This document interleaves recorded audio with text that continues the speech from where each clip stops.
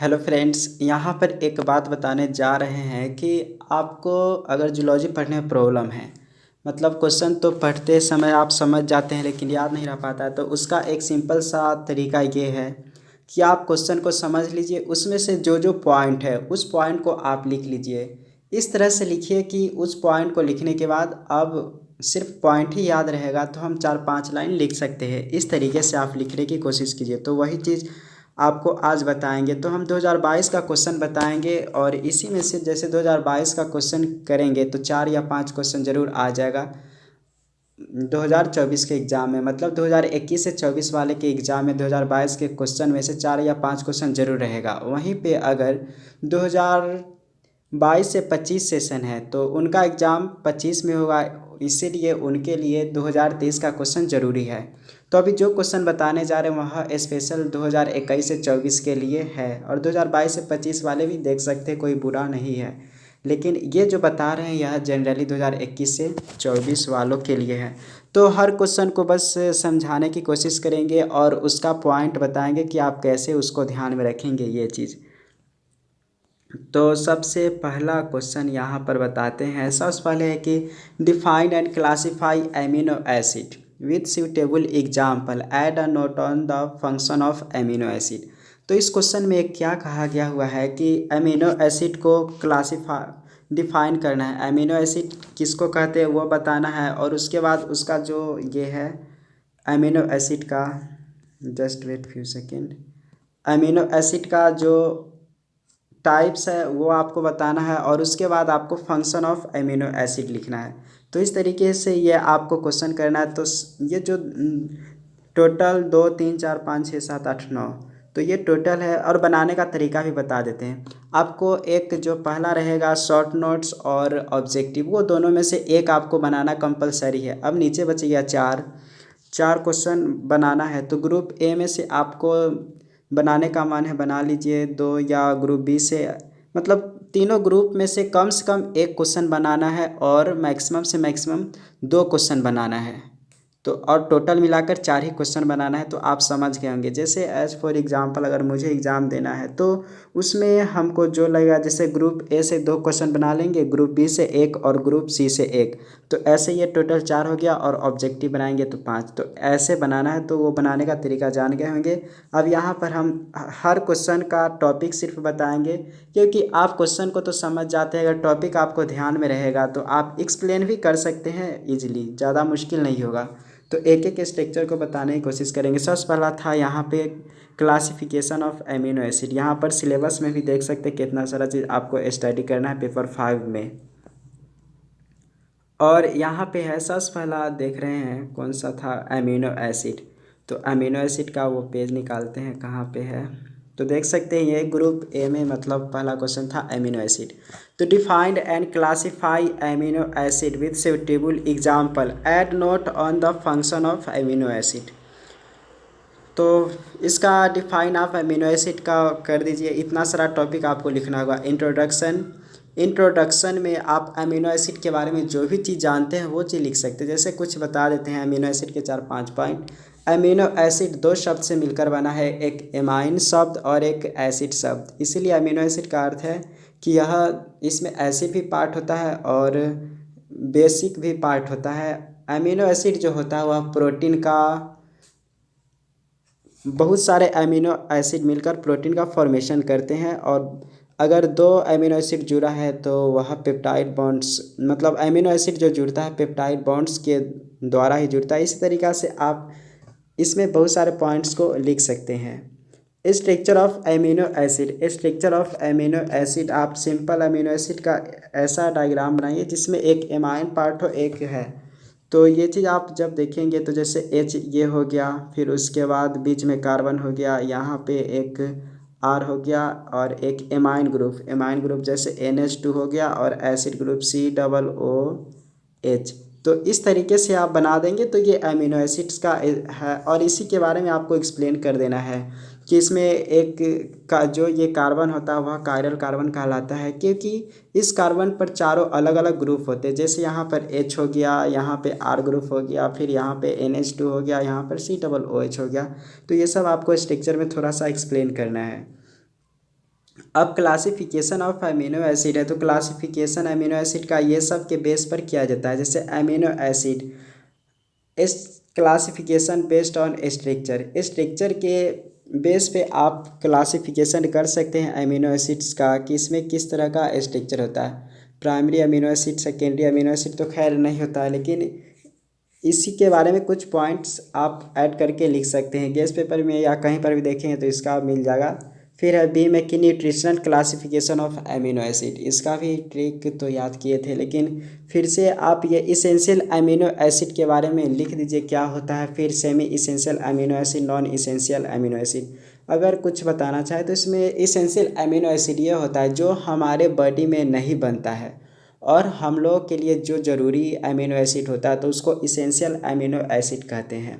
Semi essential amino acid मतलब आप समझ ही रहे होंगे कि हमारे बॉडी भी बनाता है और उसके बाद भी हम उस चीज़ का थोड़ा सा हमें ज़रूरत होता है, तो वो सेमी इसेंशियल अमीनो एसिड हो गया। तीसरा है नॉन इसेंशियल अमीनो एसिड।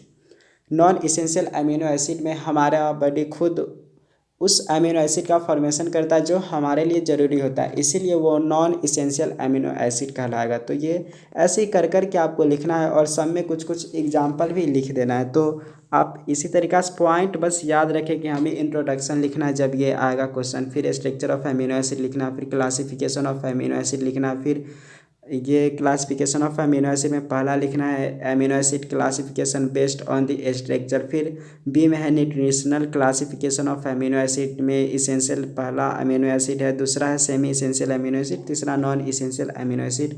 सी में है amino acid classification based on the charge, charge के आधार पर। जैसे नॉन पोलर अमीनो एसिड जिस पर कोई भी चार्ज ही नहीं होता है, सिंपल। जैसे उस समय जो डायग्राम बनाए थे, स्ट्रक्चर बनाए थे, वह जो था वह नॉन पोलर अमीनो एसिड था।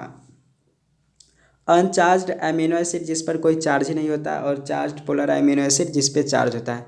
तो अगर नहीं भी आपको आता है, टॉपिक आपको याद है, तो सिंपल जैसे अनचार्ज्ड अमीनो एसिड लिखना है तो इसमें आप 2-3 पॉइंट इस तरीके से ऐड कर सकते हैं कि in this type of amino acid there is no charge present, that is called uncharged amino acid. बस ऐसे ही करके आप 2 पॉइंट लिख सकते हैं। इसीलिए ये जो पॉइंट है, पॉइंट को लेकर आप एक्सप्लेन कर सकते हैं, जितना जितना हो सके इजीली लैंग्वेज में कर सकते हैं। तो इस तरीके से यहाँ पर स्ट्रक्चर देख लिए, क्लासिफिकेशन में भी इतना सारा तरह के देख लिए। अब फंक्शन ऑफ अमीनो एसिड है तो इसमें क्या फॉर्मेशन ऑफ प्रोटीन, यानी कि ये टॉपिक लिखकर आप सिंपल लिख दीजिएगा कि अमीनो एसिड, बहुत सारे अमीनो एसिड्स मिलकर प्रोटीन का फॉर्मेशन करते हैं, तो ये आपको एक्सप्लेन करना है। फिर अगर ये टॉपिक याद रहेगा, दूसरा है फॉर्मेशन ऑफ एंटीबायोटिक। तो एंटीबायोटिक में भी लिख सकते हैं कि अमीनो एसिड हेल्प करता है एंटीबायोटिक का फॉर्मेशन में, यानी कि amino acid helps in formation of antibiotic. सब में 2-2 लाइन लिख दीजिए ये टॉपिक लिखने के बाद। फिर है फॉर्मेशन ऑफ अदर कंपाउंड, मतलब कि कुछ अदर तरह के कंपाउंड्स के भी बनाने में मदद करता है। जैसे अमीनो एसिड मिलकर प्रोटीन का तो फॉर्मेशन हो गया। फाइनली प्रोटीन जो है वह एंजाइम बनाने में हेल्प करता है और भी बहुत सारा चीज़ में हेल्प करता है। तो ऐसे ही आप पॉइंट्स लिख सकते हैं। फॉर्मेशन ऑफ इंके फैलिन्स, इंके फैलिन्स अगर नहीं भी मालूम है तो आप सिंपल लिख सकते हैं कि इंके फैलिन्स बनाने में अमीनो एसिड हेल्प करता है।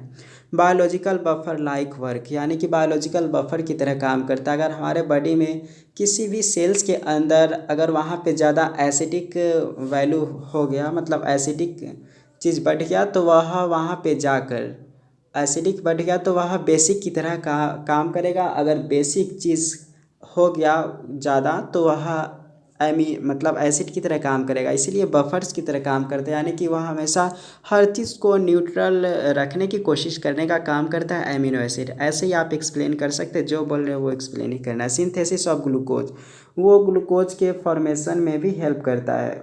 ग्लूकोज जो सिंथेसिस होता है उसमें हेल्प करता है। फिर फॉर्मेशन ऑफ हिस्टामिन, हिस्टामिन जो ऐसा है हिस्टामिन को बनाने में मदद करता है, जो क्लॉटिंग में कुछ काम आता है। तो पहला क्वेश्चन तो देख ली 2022 का, मतलब अमीनो एसिड से रिलेटेड था। उसके बाद है give the brief account on the testicular cycle in mammals. तो टेस्टिकुलर साइकिल इन मैमल्स में लिखना है, देखते ये नहीं होगा तो एक और चीज़ देखेंगे। तो इसमें क्या क्या टॉपिक याद करना वो बताएंगे। टेस्टिकुलर साइकिल आपको नाम से पता चल गया होगा कि टेस्टिकल से रिलेटेड है, जिसमें आपको टेस्टिस के बारे में बहुत सारा लिखना है कि वो कैसे फाइनली बनता है और ये सब होता है। तो फिजियोलॉजिकल टेस्टिस, तो ये है टेस्टिकुलर साइकिल। तो जनरली आपको यहाँ से देख सकते हैं एक्सप्लेन करना है टेस्टिकुलर साइकिल क्या होता है। तो इस तरह से जब टेस्टिकुलर साइकिल आए तो आपको ये लिखना है, मतलब इंट्रोडक्शन आपको ज़रूर लिखना है। टेस्टिस के बारे में बहुत सारा बात लिख सकते हैं, कम से कम 5-6 पॉइंट जरूर लिखिए कि टेस्टिस यह मैमल्स का एक खास रिप्रोडक्टिव, और ख़ास के जगह पर आप ये भी लिख सकते हैं कि ये प्राइमरी मतलब मेन इम्पोर्टेंट रिप्रोडक्टिव ऑर्गन है। इस तरीके से पॉइंट आप लिख सकते हैं। फिर उसके बाद यह एक जोड़ा होता है, मतलब दिस इज एक जोड़ा में प्रेजेंट होता है, ऐसे ही कर करके लिख सकते हैं। टेस्टिस में ही स्पर्म का फॉर्मेशन होता है, यह सब पॉइंट लिख सकते हैं। अब हिस्टोलॉजी ऑफ टेस्टिस, जब ये टेस्टिकुलर साइकिल, तो थोड़ा सा हिस्टोलॉजी भी आप लिख देंगे। जैसे आप जब टेस्टिस का डायग्राम बनाएंगे उसका ये सेक्शन करके, तो कनेक्टिव टिश्यू भी आपको दिखाई देगा, सेमिनिफेरस ट्यूब्यूल्स भी दिखाई देगा, वो सब लिखना है। कनेक्टिव टिश्यू के बारे में अगर नहीं भी मालूम है तो ये टॉपिक याद रहेगा, तो आप ऐसे लिख सकते हैं कि कनेक्टिव टिश्यू टेस्टिस में वह कनेक्शन का काम करता है दो सेल्स के बीच में, बस लिख सकते हैं। फिर सेमिनिफेरस ट्यूब्यूल्स में भी आप लिख सकते हैं, 1-2 पॉइंट नहीं याद रहे फिर भी आप इधर उधर मिला जुला कर लिख सकते हैं कि सेमिनिफेरस ट्यूब्यूल्स या टेस्टिस में प्रेजेंट होता हो गया। ऐसे इसका मेन काम होता है सेमिनिफेरस ट्यूब्यूल्स का, अगर याद रहे तो यही सबसे बेस्ट पॉइंट है कि सेमिनिफेरस ट्यूब्यूल्स में स्पर्म का ये फॉर्मेशन या मैच्योरेशन, ये सब मतलब स्पर्म का फॉर्मेशन सेमिनिफेरस ट्यूब्यूल्स में होता है। ये अच्छा पॉइंट है, लेकिन नहीं भी याद रहे तो इसके लिए बता दिए हुए हैं कि आप ये भी लिख सकते हैं कि सेमिनिफेरस ट्यूब्यूल्स में या सेमिनिफेरस ट्यूब्यूल्स यह टेस्टिस में प्रेजेंट होता है। सेल्स ऑफ सर्टोली सेल्स का काम ये होता है कि वह स्पर्म का जो फॉर्मेशन होते रहता है उसको न्यूट्रिशन प्रोवाइड करने का काम करता है ये cells of Sertoli. Leading cells उसको सिक्रीट करने में, या लीडिंग सेल्स है वह हार्मोन को सिक्रीट करने का काम करता है। तब उसके बाद स्पर्मेटोगोनिया स्टेज होता है, फिर स्पर्मेटोसाइट स्टेज होता है, देन उसके बाद वाला जो आता है स्टेज स्पर्म का वह स्पर्मेटिड होता है, फाइनली स्पर्मेटोजोआ का ये फॉर्मेशन होता है।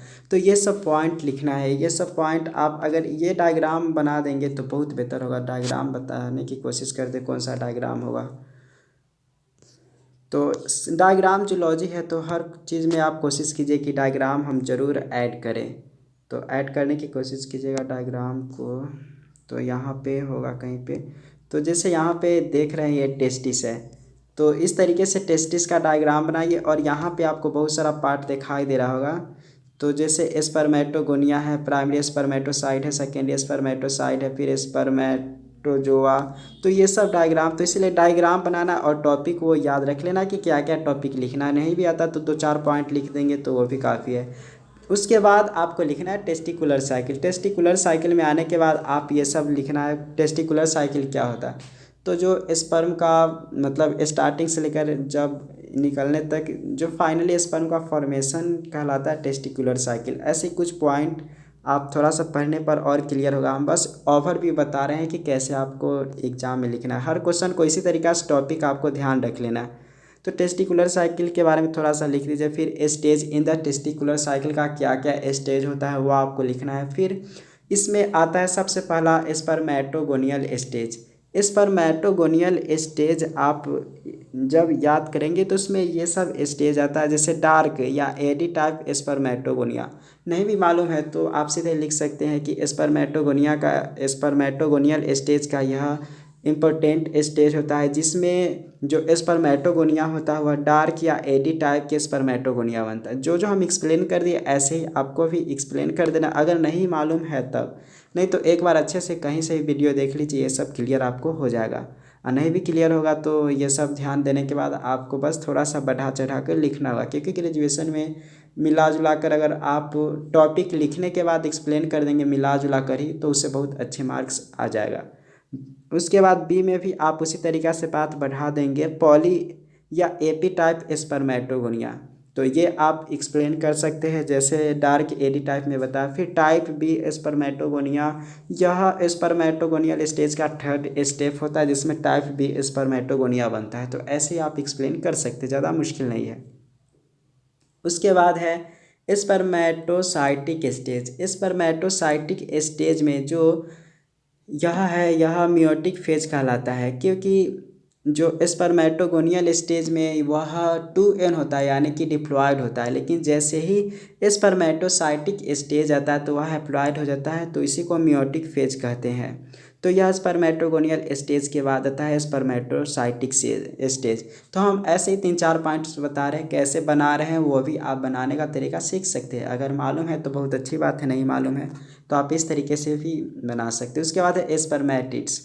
स्पर्मेटिड यह थर्ड स्टेज होता है टेस्टिकुलर या स्पर्म साइकिल या टेस्टिकुलर साइकिल का, जिसमें transformation of spermatid into spermatozoa. तो ये जो है स्पर्मेटोसाइटिक जैसे इसी में मतलब इसी स्टेज में स्पर्मेटिड से स्पर्मेटोजोआ का फॉर्मेशन होता है। देखते इस डायग्राम में कहीं पे होगा तो क्लियरली समझ में आ जाएगा कि क्या होता है स्पर्मेटो। तो इसमें तो उतना नहीं बताया हुआ है, लेकिन ये सब स्पर्म का ही बहुत सारा स्टेजेज होते हैं। स्पर्म सीधा डायरेक्ट स्पर्म नहीं बनता, उससे पहले बहुत सारे स्टेजेज होते हैं, जिसमें ये देख रहे हैं कि सबसे पहला था स्पर्मेटोगोनियल स्टेज जिसमें वो तीनों स्टेज है। फिर उसके बाद था स्पर्मेटोसाइटिक स्टेज आता है जिसमें मियोटिक फेज अकर्स होता है। देन उसके बाद है स्पर्मेटिड। स्पर्मेटिड में transformation of spermatid into spermatozoa होता है। तो स्पर्मेटोजोआ में जाने के लिए उसमें सबसे पहले फॉर्मेशन ऑफ एक्रोजोम। एक्रोजोम मालूम होगा स्पर्म के हेड साइड में होता है, तो सबसे पहले तो वो बनता है ये।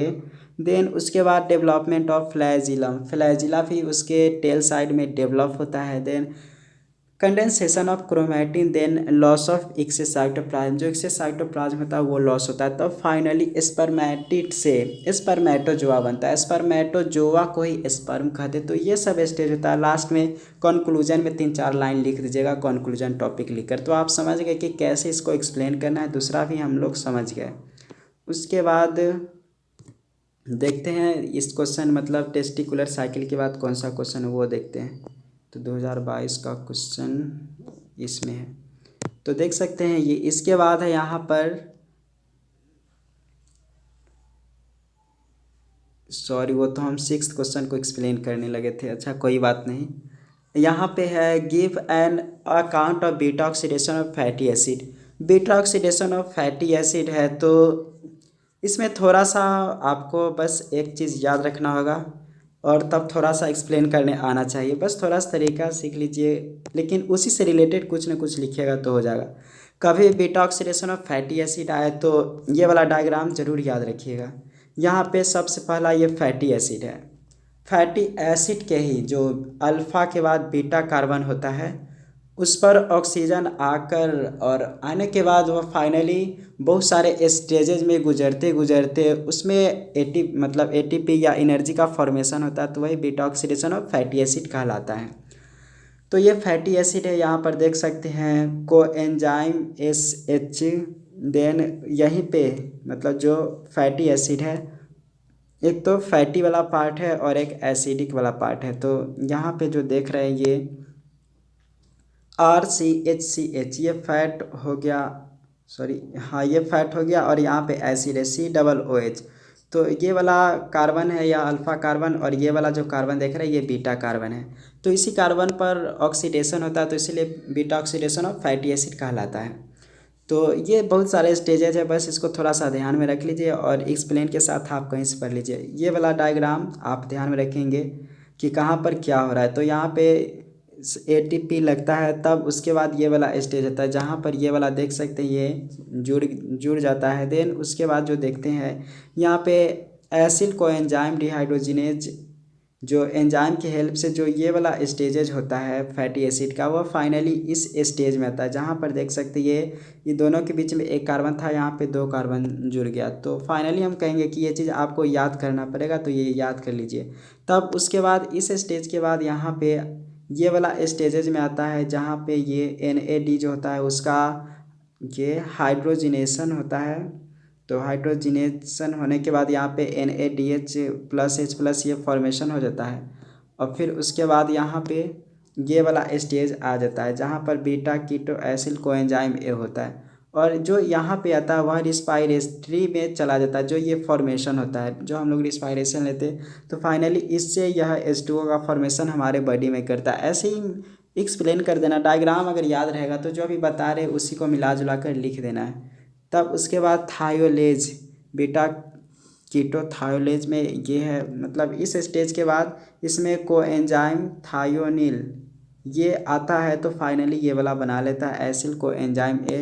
तब उसके बाद जो ये होता है बीटा ऑक्सीडेशन, वह सिट्रिक एसिड साइकिल में चला जाता है और फाइनली 2CO2 इसमें से रिलीज होता है। तो ऐसे ही आपको एक्सप्लेन कर देना। उसके लिए आप इस तरीके से पॉइंट लिख देंगे, जैसे बीटा ऑक्सीडेशन का कुछ इंट्रोडक्शन लिख देंगे कि किसने खोज किया, तो नूप ने 1905 में खोज किया। फिर बीटा ऑक्सीडेशन फैटी एसिड क्या है वो आपको लिखना है। फिर यह कहाँ पे अकर्स होता है, माइटोकॉन्ड्रिया में अकर्स होता है, ये पॉइंट लिखना है। फिर एसिटिल कोएंजाइम जो होता है वह beta oxidation fatty acid oxidised होकर वह फाइनली CO2 रिलीज करता है और H2O रिलीज करता है। और साथ साथ में ये भी बता चुके हैं कि वह release of energy through Krebs cycle, और वह क्रेब्स साइकिल के द्वारा एनर्जी को भी रिलीज करता है। ये सब पॉइंट्स आपको लिखना है। मैकेनिज्म ऑफ बीटा ऑक्सीडेशन या स्टेप्स, और इन बीटा ऑक्सीडेशन में कौन कौन सा स्टेजेज होता है तो ये सब लिखना है। जैसे सबसे पहला है कि एक्टिवेशन होता है, देन डिहाइड्रोजिनेशन 1 होता है, तब हाइड्रेशन होता है, तब डिहाइड्रोजिनेशन 2 होता है, तब थायोलाइटिक क्लीवेज होता है।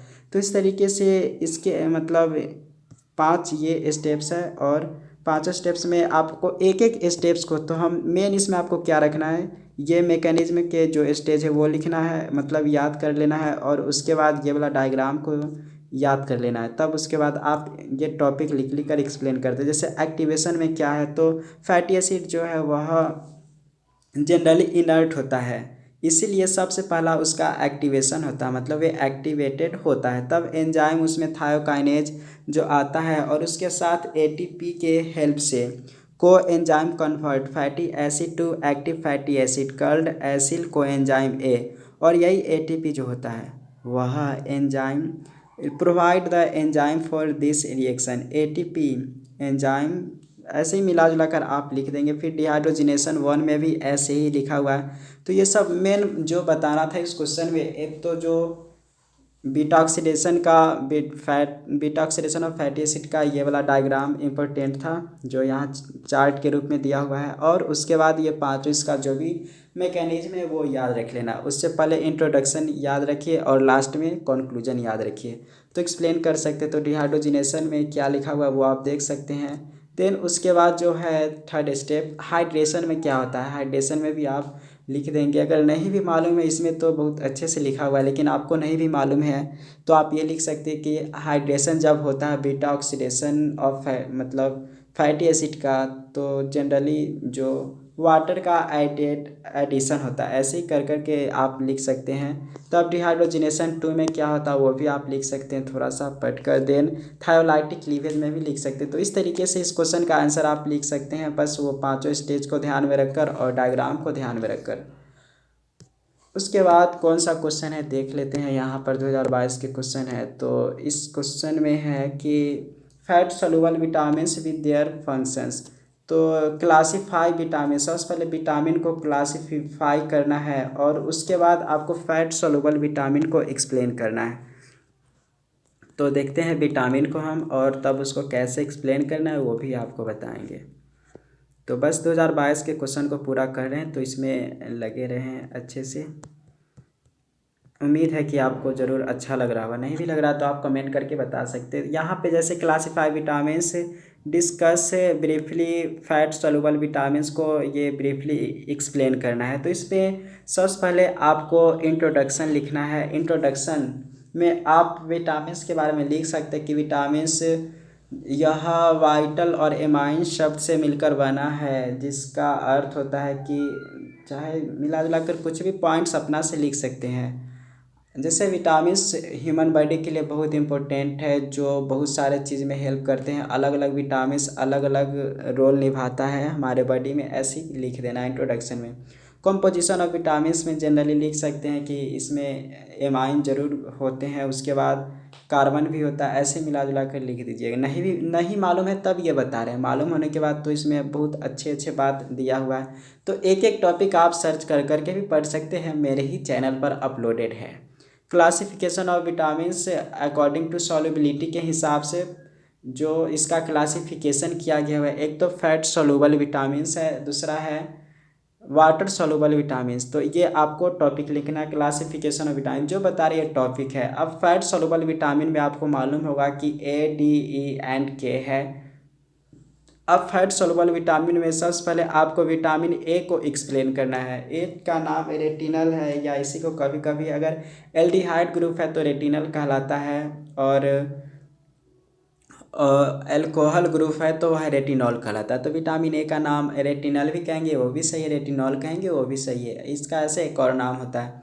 तो जब विटामिन्स आए तो थोड़ा सा स्ट्रक्चर के बारे में लिख दीजिएगा, नहीं भी मालूम है तो जो अभी हम बताए हैं कि इसमें अगर एल्डिहाइड ग्रुप रहेगा, मतलब स्ट्रक्चर में क्या बात लिख सकते हैं, नहीं भी स्ट्रक्चर याद है तो थोड़ा सा एक्सप्लेन कर दीजिए कि इन मतलब there is a different types of vitamins where is as like vitamin A के टाइप हो गया जैसे retinal, if aldehyde group present then called retinal, and if alcohol group is present then called retinol. ऐसे explain आपको करना है, सब में 3-4 लाइन। सोर्स क्या है, सोर्स में आप लिख सकते हैं कि इसका सोर्स प्लांट भी है और एनिमल भी है। प्लांट में कौन कौन से प्लांट से मिलते हैं वो आप लिख दीजिए, और उसके बाद एनिमल में भी, जैसे एनिमल में एग हो गया, और सॉरी एग में मिलता है कि नहीं वो देख लीजिएगा। ऐसे ही कर करके बस एक्सप्लेन कर देना है। देन अब सोर्स के बाद आप डिफिशियंसी डिजीज, अगर विटामिन ए की कमी होगा तो उसमें कौन तरह के ये डिजीज होगा वो एक्सप्लेन करना। फिर सिम्टम्स, क्या क्या सिम्टम्स होगा अगर वो डिजीज होगा। उसके बाद विटामिन ए का क्या क्या फंक्शन है वो लिखना। तो यहाँ पे तो हम जनरली विटामिन ए को एक्सप्लेन किए। फैट सोलुबल विटामिन पूछ रहा है तो आपको कौन कौन चीज़ को एक्सप्लेन करना है यहाँ पे, इतना ही सारा टॉपिक आपको विटामिन ए के लिए लिखे हैं, तो उसी तरीक़ा से डी के लिए लिखना है, फिर ई के लिए लिखना है, फिर के लिए लिखना है।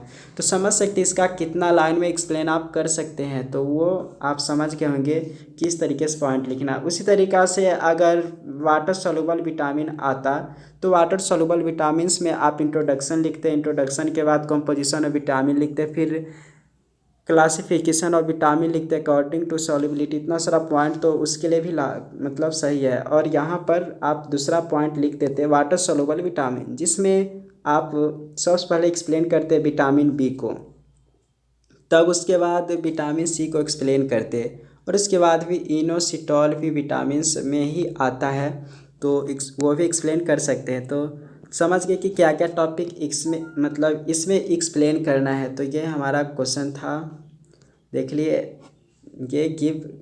उसके बाद है ब्लड कोगुलेशन को एक्सप्लेन करना है, तो इसमें भी आपको बस टॉपिक को ध्यान रखना है कि क्या क्या टॉपिक होगा। तो ब्लड कोगुलेशन देखते हैं जो कि 5th क्वेश्चन है अकॉर्डिंग टू 2022 के क्वेश्चन के हिसाब से। तो 5th क्वेश्चन होगा, यहाँ पे कहीं लिखा हुआ 5th क्वेश्चन।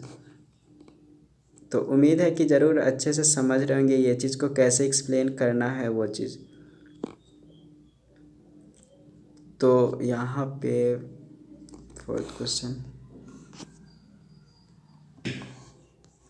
तो यहाँ पे 5th क्वेश्चन है discuss in detail the blood coagulation mechanism. जब ये क्वेश्चन आएगा तो आप सबसे पहले इंट्रोडक्शन लिख लीजिए।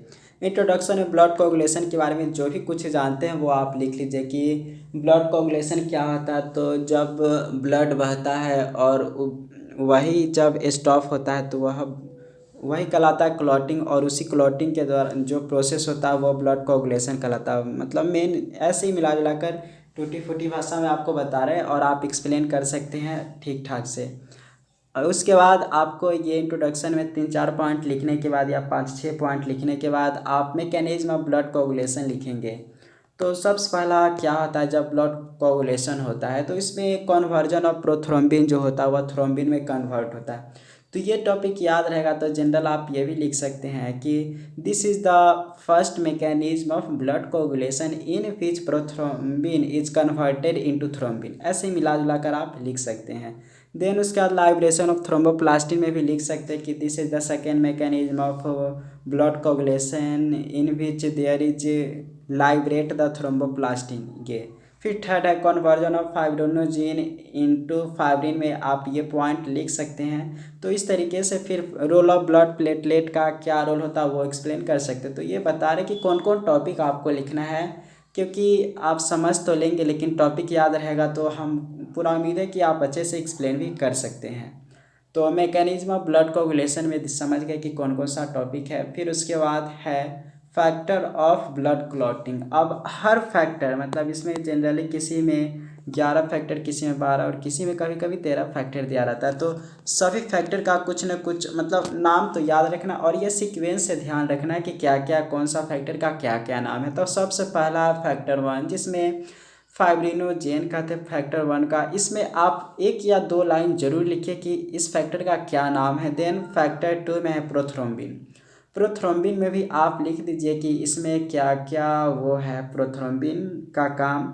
देन फैक्टर 3 है थ्रोम्बोप्लास्टिन में भी आप लिख दीजिए क्या क्या काम करता है। सब जो भी फैक्टर है सबका कुछ ना कुछ मतलब एक दो आप बस फंक्शन लिख देना है और उस फंक्शन के बारे में ज़्यादा जानते होंगे तो और बेहतर होगा, लेकिन सब में कम से कम एक या दो लाइन जरूर लिखना है। फैक्टर 5 में है प्रो एक्सलिन और लेवाइल फैक्टर, फैक्टर 5 को ये भी कहते हैं। उसके बाद फैक्टर 6 में है प्रो कन्वर्शन और स्टेबल फैक्टर इसको कहते हैं। फिर उसके बाद फैक्टर 7 में है कि एंटी हीमोफिलिक ग्लोबुलिन्स कहते हैं। तो फैक्टर ये 7 हो गया। फैक्टर 8 में है फैक्टर 8 को क्रिसमस फैक्टर या प्लाज्मा थ्रोम्बोप्लास्टिन फैक्टर कहते हैं। फिर फैक्टर 9 में है स्क्वाड फैक्टर जिसको पावर फैक्टर भी कहते हैं। फैक्टर 10 है सब फैक्टर के बारे में कम से कम एक दो लाइन आपको लिखना है।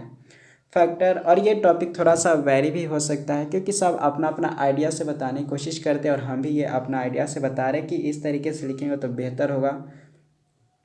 फैक्टर 10 है प्लाज्मा थ्रोम्बोप्लास्टिन एंटीसीडेंट और इसी को पीटीए कहते हैं, प्लाज्मा थ्रोम्बोप्लास्टिन एंटीसीडेंट और पीटीएफ फैक्टर फैक्टर 10 को कहते हैं। फैक्टर 11 है मतलब हैगेमन फैक्टर या इसी को कॉन्टैक्ट फैक्टर कहते हैं। फैक्टर 12 में है fibrin stabilising factor, fibrin stabilising factor को जिसको FSH फैक्टर कहते हैं। उसके बाद है significance of blood coagulation, blood coagulation का क्या महत्व है, क्या सिग्निफिकेंस है, ये भी आप लिख सकते हैं।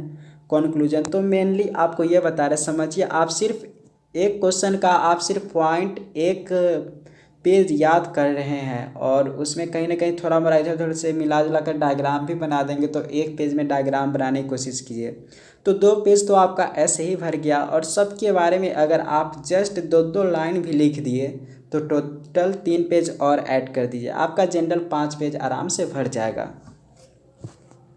तो हम ब्लड कोगुलेशन के बारे में भी देख लिए और उससे पहले ये तो हम ऑलरेडी कर चुके हैं। दूसरा क्वेश्चन समझकर ये give the brief account of testicular cycle, तो टेस्टिकुलर साइकिल ऑलरेडी कर चुके हैं वो आप देख लिए होंगे। उसके बाद है third define excretion describe the structure and function of nephron, तो मतलब यहाँ पे एक्सक्रीशन क्या होता है वो और स्ट्रक्चर एंड फंक्शन क्या होता है नेफ्रॉन का वो आपको लिखना है। तो ये भी क्वेश्चन को कहीं पर देखे थे।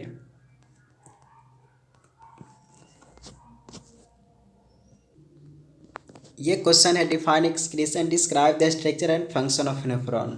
तो एक्सक्रीशन को आपको लिख देना या इंट्रोडक्शन के बाद आपको एक्सक्रीशन टॉपिक देना है।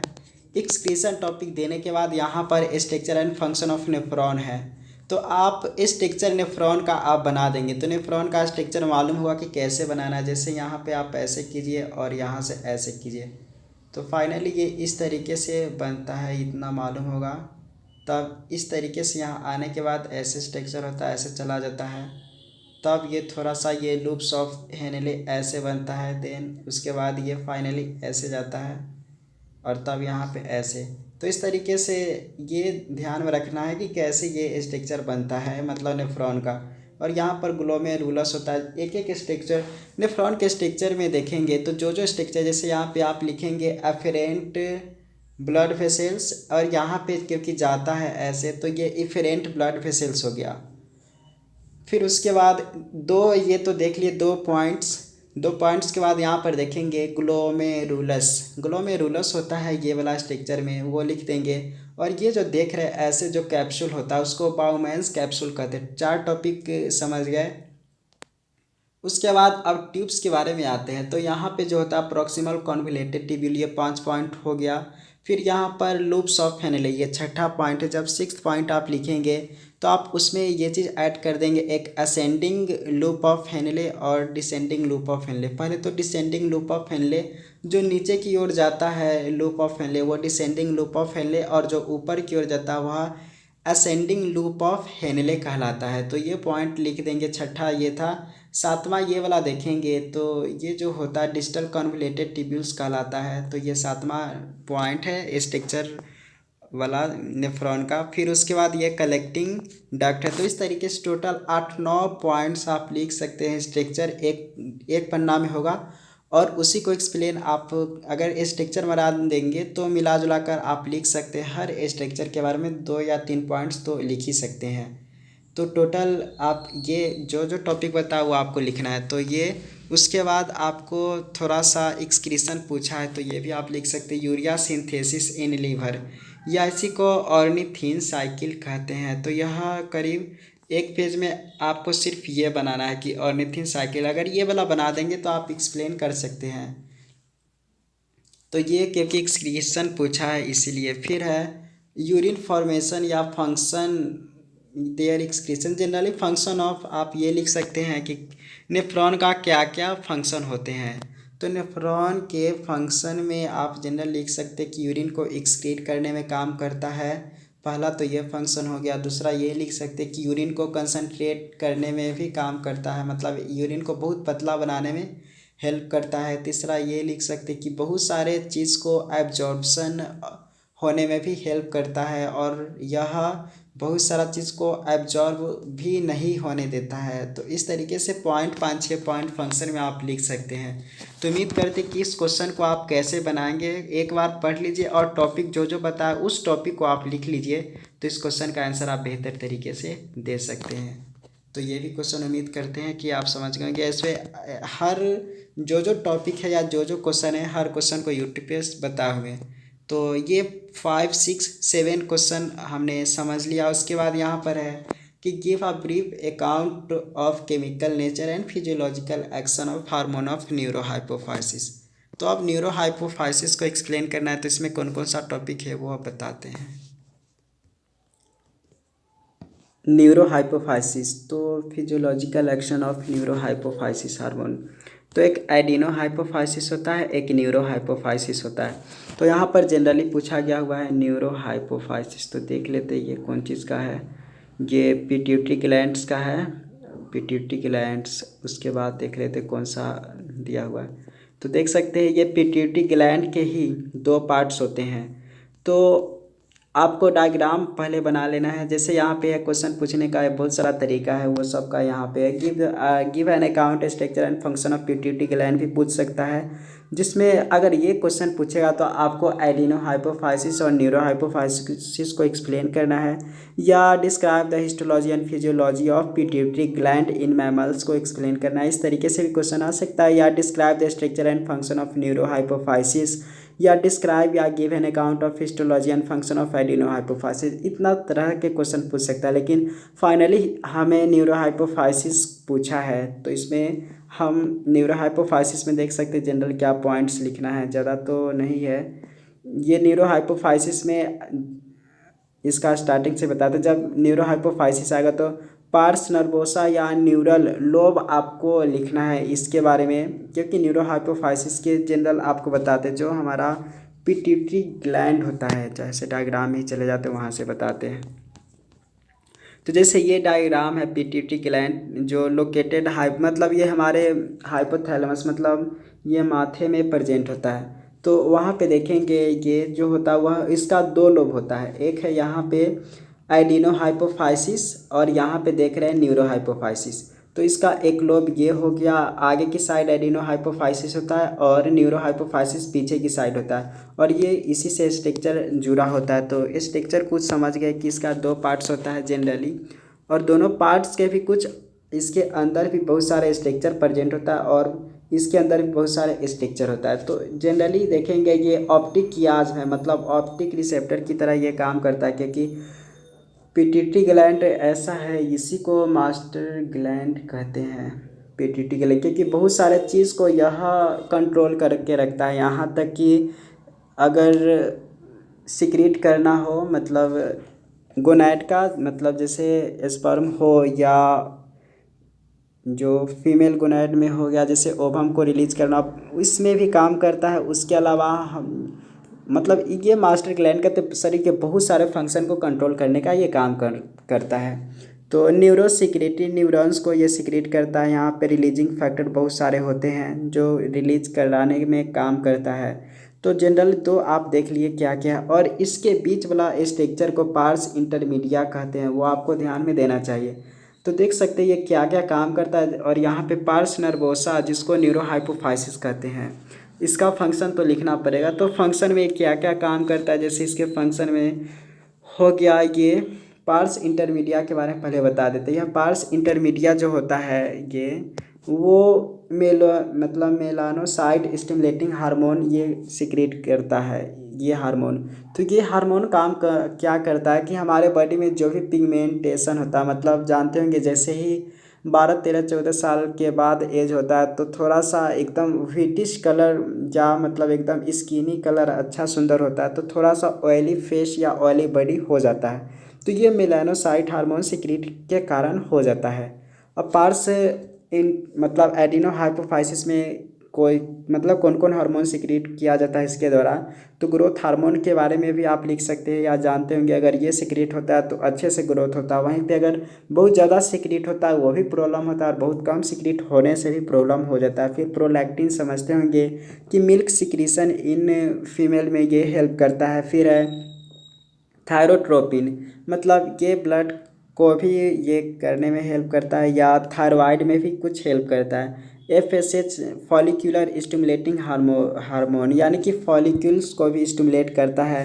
ल्यूटिनाइजिंग हार्मोन, जिससे ल्यूटिनाइजिंग हार्मोन सिक्रेट करता है, जिसके कारण प्रोजेस्टेरॉन का लेवल वो जब ये मेंस्ट्रुएशन में मतलब ये फाइनली रोल निभाता है। देन है एड्रीनोकोर्टिट्रोपोनिन, ये जो है वह एड्रिनल ग्लैंड को भी मेंटेन या कंट्रोल करने का काम करता है। तो एडिनो हाइपोफाइसिस का इतना सारा काम है। और न्यूरो हाइपोफाइसिस में देख रहे हैं कि एंटी डायूरेटिक, मतलब ये डायूरेटिक होने से बचाता है यूरिन को।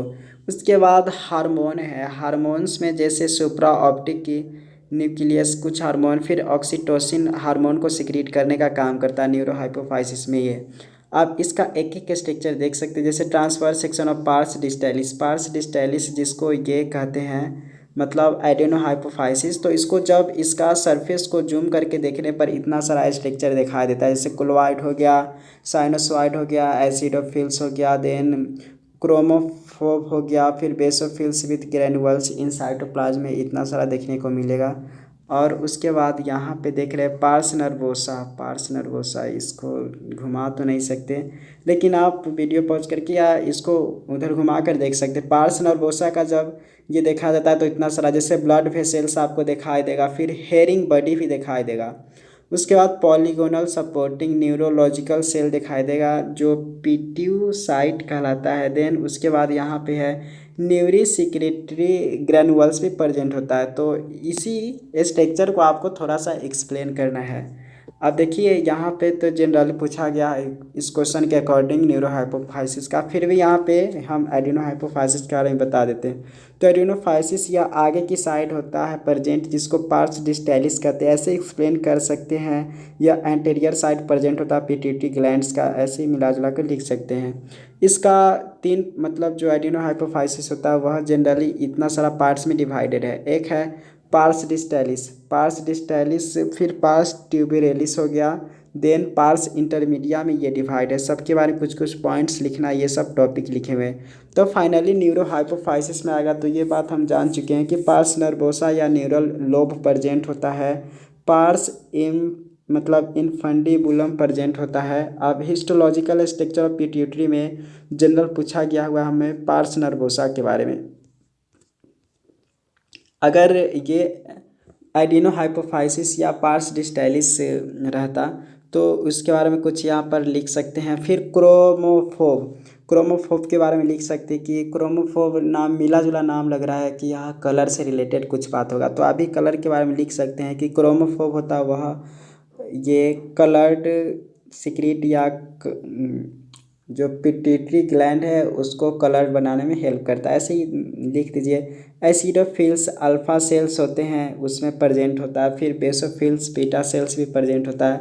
और तब आएगा पार्स ट्यूबेरेलिस के बारे में एक्सप्लेन कर दीजिए थोड़ा सा कि यह ट्यूब लाइक स्ट्रक्चर होता है। फिर पार्स इंटरमीडिया में भी लिख दीजिए। तब आएगा पार्स नर्वोसा को एक्सप्लेन करने के लिए, तो पार्स नर्वोसा जिसको न्यूरल लोब भी ये कहते हैं या इसी को पार्स नर्वोसा में ही मतलब इसी को न्यूरो हाइपोफाइसिस कहते हैं। तो इसमें पिनोसाइट्स को एक्सप्लेन करना है थोड़ा सा, फिर न्यूरोग्लाइसेल्स, फिर उसके बाद पार्स इनफंडिबुलम या न्यूरल स्टॉक के बारे में लिखना है। जनरल यहाँ पर बताने की ये मेरा कोशिश था कि आपको क्या टॉपिक चाहिए, मतलब एक बार समझ लीजिए क्वेश्चन को तब आप टॉपिक लिखिए, उतना कर लेंगे तो हर क्वेश्चन को आप सही से कर लीजिएगा। तो ये मेरा मकसद है बताने का, तो उम्मीद है कि कुछ ज़रूर समझ में आ रहा होगा। उसके बाद यहाँ पे आपको लिखना है कि hormone secreted by anterior lobe of pituitary या इसी को एडिनो हाइपोफाइसिस कहते, तो क्योंकि क्वेश्चन के अकॉर्डिंग पूछा गया हुआ है न्यूरो हाइपोफाइसिस, तो आपको न्यूरो हाइपोफाइसिस के बेसिस पर ही सब लिखना है, लेकिन फिर भी यहाँ पे बता देते हैं एंटेरियर यानी कि एडिनो हाइपोफाइसिस के भी बारे में। तो थायरोट्रोपोनिन या थायरॉयड स्टिमुलेटिंग हार्मोन काम क्या करता है वो लिख सकते कि वह थायरॉयड को भी कंट्रोल करता है, मतलब थायरॉयड जानते होंगे हमारे गला में होता है, तो ज़्यादा सिक्रीट होना कम सिक्रीट होना या थायरॉयड को कंट्रोल करने या रेगुलेट करने में काम करता है हमारा कहीं ना कहीं पिट्यूटरी ग्लैंड। उसके बाद एडिनोकॉर्टिट्रोपिक हार्मोन से ही इसी तरीक़ा से मिला जुला बात कर सकते कि यह एड्रिनल ग्लैंड में भी मतलब ये जो ACTH प्रेजेंट होता है उसको कंट्रोल या रेगुलेट करने का काम करता है, ये जनरली रेगुलेट कंट्रोल और सिक्रीट का काम करता है। जोमेटोट्रोपिक हार्मोन या इसी को ग्रोथ हार्मोन कहते, तो वो भी बात बता चुके कि यह ग्रोथ हार्मोन को रेगुलेट करने का काम करता है। अगर बहुत कम सिक्रीट करेगा तो उससे भी कुछ डिजीज हो सकता है, मतलब पूरे बॉडी छोटा रहेगा हर चीज़। उसके बाद अगर ज़्यादा सिक्रीट होने से भी बहुत लंबा बॉडी हो जाता है, वो भी ठीक नहीं होता, तो ये हो गया। उसके बाद गोनाडोट्रोपिक हार्मोन को एक्सप्लेन करना है। गोनाडोट्रोपिक हार्मोन में पहले ही बता चुके कि वह मेल गोनाड फीमेल गोनाड को सिक्रीट करने का काम करता है। उसके बाद है फॉलिक्यूल स्टिमुलेटिंग हार्मोन के बारे में भी आप लिख सकते हैं कि जब मेंस्ट्रुएशन होता है तो वहाँ पर फॉलिक्यूल को ये स्टिमुलेट करने का काम करता है, ऐसे ही मिला जुला कर लिख दीजिए। ल्यूटिनाइजिंग हार्मोन में भी आप काम कर लिख दीजिए कि यह प्रोजेस्टेरोन को सिक्रीट करने का काम करता है at the peak level of ये मेंस्ट्रुएशन का रहता है। ऐसे ये मेल में भी काम करता है, वो गोनैड से ही रिलेटेड काम करता है। फिर मेलानोसाइट स्टिमुलेटिंग हार्मोन में भी बता चुके हैं। डायबिटोजेनिक हार्मोन्स को भी सिक्रेट करता है, मतलब अल्फा सेल्स बीटा सेल्स जो इंसुलिन हो या ग्लूकागोन हो वो भी कंट्रोल इसके द्वारा ही होता है, इसीलिए पिट्यूटरी ग्लैंड को मास्टर ग्लैंड कहते हैं। फिर कीटोजेनिक हार्मोन यानी कि कीटोन को भी ये बनाने में काम करता है। अब ये चीज़ देखना है क्योंकि पोस्टेरियर लोब या न्यूरो हाइपोफाइसिस इसी को कहते हैं या पार्स नर्वोसा इसी का नाम है। तो 4-5 नाम है, वो कन्फ्यूजन नहीं होइएगा, बस सही से टॉपिक लिख लीजिए क्या क्या है। तो इसके बारे में कुछ पॉइंट लिखने के बाद आप लिखेंगे जैसे वैसोप्रेसिन या पीट्रेसिन या एंटी डाययूरेटिक हार्मोन के बारे में आप लिख सकते हैं। तो एंटी डाययूरेटिक हार्मोन में आप लिख सकते हैं कि काम क्या करता है कैसे काम करता है। तो डाययूरेटिक मतलब ज़्यादा मतलब अगर ये है बहुत ही पतला यूरिन होगा तो उसको थोड़ा सा मोटा बनाने में हेल्प करता है, कंसनट्रेटेड ज़्यादा होगा तो उसको ये काम करता है। इसी तरीक़ा से कुछ पॉइंट्स आप लिख सकते हैं, बस एक बार समझिए और टॉपिक लिखिए, हम इतना चाह रहे हैं आपसे। या एक बार अच्छे से रेटिंग दीजिए, तो 1-2 लाइन नहीं भी समझ में आया तो उसको आप इग्नोर कर दीजिएगा, नहीं तो उसके चलते और सर दर्द होने लगेगा, इसीलिए 1-2 लाइन को आप छोड़ सकते हैं अगर गेस पेपर से पढ़ रहे हैं तो। उसके बाद ऑक्सीटोसिन को ही पिटोसिन हार्मोन कहते हैं, इसका भी मेन काम जानते होंगे कि यह जो मसल्स को कॉन्ट्रैक्ट कराने में हेल्प करता है। जैसे इसका सबसे मेन फंक्शन होता है at the time of birth, जब होता रहता है तो वहाँ पर वो जो मतलब कंट्रोल ये कॉन्ट्रैक्ट करता है जिसके कारण बेबी बाहर आराम से आ जाता है। तो ऐसे ही आपको लिखना था ये। तो यहाँ पर क्या किया, एडिनो हाइपोफाइसिस को भी ऐड कर ली, इसलिए इस क्वेश्चन में थोड़ा सा वक्त लग गया, फिर भी उम्मीद है कि अच्छा लग रहा होगा। फिर histology of mammalian female gonad, तो फीमेल गोनैड में इसका आंसर देखते हैं है कि नहीं कहीं पे लिखे हुए हैं। तो आपको फीमेल गोनैड, तो ये क्वेश्चन है, तो इस क्वेश्चन में आपको सबसे पहले एक ओवम का स्ट्रक्चर बनाना। ओवम में भी बहुत सारे स्ट्रक्चर आपको बनाना है, जैसे यहाँ पे आप टेस्टिस का जनरल स्ट्रक्चर जानते होंगे, जैसे टेस्टिस का किस तरीके से था, या स्पर्म में बहुत सारे पार्ट होते हैं, माइटोकॉन्ड्रिया वाला part, tail part, acrosomal part होता है, नेक पार्ट भी प्रेजेंट होता है, इस तरीक़ा से बहुत सारा पार्ट होता है। वैसे ही मैमेलियन फीमेल गोनैड में भी इंट्रोडक्शन में लिख दीजिए मैमेलियन फीमेल गोनैड के बारे में कि यह प्राइमरी सेक्स ऑर्गन होता है, मतलब जो ओवरी होता है वह प्राइमरी सेक्स ऑर्गन होता है, जो बहुत सारे चीज़ में काम करता है। जो भी हो मिला जुला कर आप लिख दीजिए 4-5 पॉइंट। ओवेरियन हार्मोन में कौन कौन से ये हार्मोन सिक्रीट करता है, जैसे एस्ट्रोजेनिक हार्मोन यानी कि एस्ट्रोजन को सिक्रीट करता है, प्रोजेस्टेरॉन को भी सिक्रीट करता है। उसके बाद जो प्रोजेस्टेरॉन सिक्रीट होता है वह यूटेरस पर क्या इफेक्ट करता है, then maintenance of pregnancy before the formation of placenta, placenta से बनने से पहले वह प्रेगनेंसी को कंट्रोल करने का काम करता है प्रोजेस्टेरॉन। देन उसके बाद है control of growth of mammary gland and their development for lactation, तो प्रोजेस्टेरॉन है वो भी कंट्रोल करता है ग्रोथ ऑफ मैमरी ग्लैंड को, क्योंकि मिल्क या लैक्टेशन के लिए, तो कंट्रोल करने का काम प्रोजेस्टेरॉन ही करता है। तो ये सब काम क्या क्या वो है। फिर उसके बाद सप्रेशन ऑफ स्ट्रेस साइकिल या ओवुलेशन के बारे में भी लिखना है, देन रिलैक्सिन हार्मोन को सिक्रीट करता है। तो यहाँ पर तो जनरल क्वेश्चन में कहा गया था कि हिस्टोलॉजी ऑफ मैमेलियल फीमेल गोनैड, तो क्योंकि उतना बहुत सारे एक ओवम का स्ट्रक्चर बनाइए, ओवम का बनाने के बाद उसमें जो जो स्ट्रक्चर होगा उस स्ट्रक्चर को एक्सप्लेन करना है, तो इतना तो ठीक है, लेकिन इसमें कुछ और ऐड करना है, जो 1-2 लाइन आप गेस्ट पेपर से हो या नेट से भी सर्च करके आप लिख सकते। तो ये सब क्वेश्चन का पॉइंट आप ज़रूर एक बार लिखिए। तो उम्मीद करते ये भी क्वेश्चन आप समझ गए कैसे लिखना है। उसके बाद है कि chemical nature physiological function of hormones of adrenal gland, तो एड्रिनल ग्लैंड में क्या क्या आपको लिखना है तो वो चीज़ बताते हैं। तो जैसे ये थायराइड ग्लैंड, पिट्यूटरी ग्लैंड, बहुत सारे ये थायराइड ग्लैंड के बारे में एक अलग से है। फिर एड्रिनल ग्लैंड, तो एड्रिनल ग्लैंड आएगा तो इतना सारा पॉइंट्स आपको ऐड करना है, क्वेश्चन समझ लीजिए और इतना पॉइंट्स लिख लीजिएगा तो आपके लिए बहुत बेहतर होगा। तो discuss the chemical nature and physiological function of hormone में, मतलब हार्मोन्स ऑफ एड्रिनल ग्लैंड। तो जनरल आपको क्या लिखना, केमिकल नेचर क्या होता है, मतलब इसमें कौन कौन सा केमिकल होते हैं, तो वो बस थोड़ा सा आपको पढ़ना पड़ेगा। लेकिन इंट्रोडक्शन में आप मिला जुला कर लिख दीजिए एड्रिनल ग्लैंड जो होता है कहाँ पे प्रेजेंट होता है, ये चीज़ बता दीजिए। जैसे हमारा ये किडनी होता है, तो किडनी के कहाँ पे प्रेजेंट होता है एड्रिनल ग्लैंड, वो आप देख रहे होंगे।